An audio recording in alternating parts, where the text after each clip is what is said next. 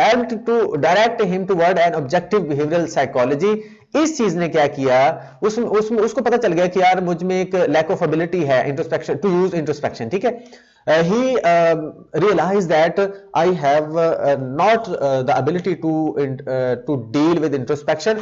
फिर इस चीज ने, इस लैक ऑफ एबिलिटी ने उनको क्या किया, मोटिवेट किया। उसने बोला यार अच्छा ये चीज अगर मुझे नहीं आती तो मैं ऐसा करता हूं कि मैं किसी और चीज की तरफ चला जाता हूं, जो कि ऑब्जेक्टिव बिहेवियरल साइकोलॉजी थी। After all if he was hopeless at practicing introspection, the primary research technique in his field, उस वक्त ये प्राइमरी टेक्निक मानी जाती थी introspection. then career prospects were surely dim।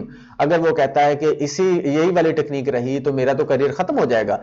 he would have to develop another approach। फिर उसको अगर अपना करियर बचाना था तो फिर उसको लगा कि मुझे कोई और चीज डेवलप करना होगी, कोई और अप्रोच निकालनी होगी, कोई डिस्कवरी करनी होगी।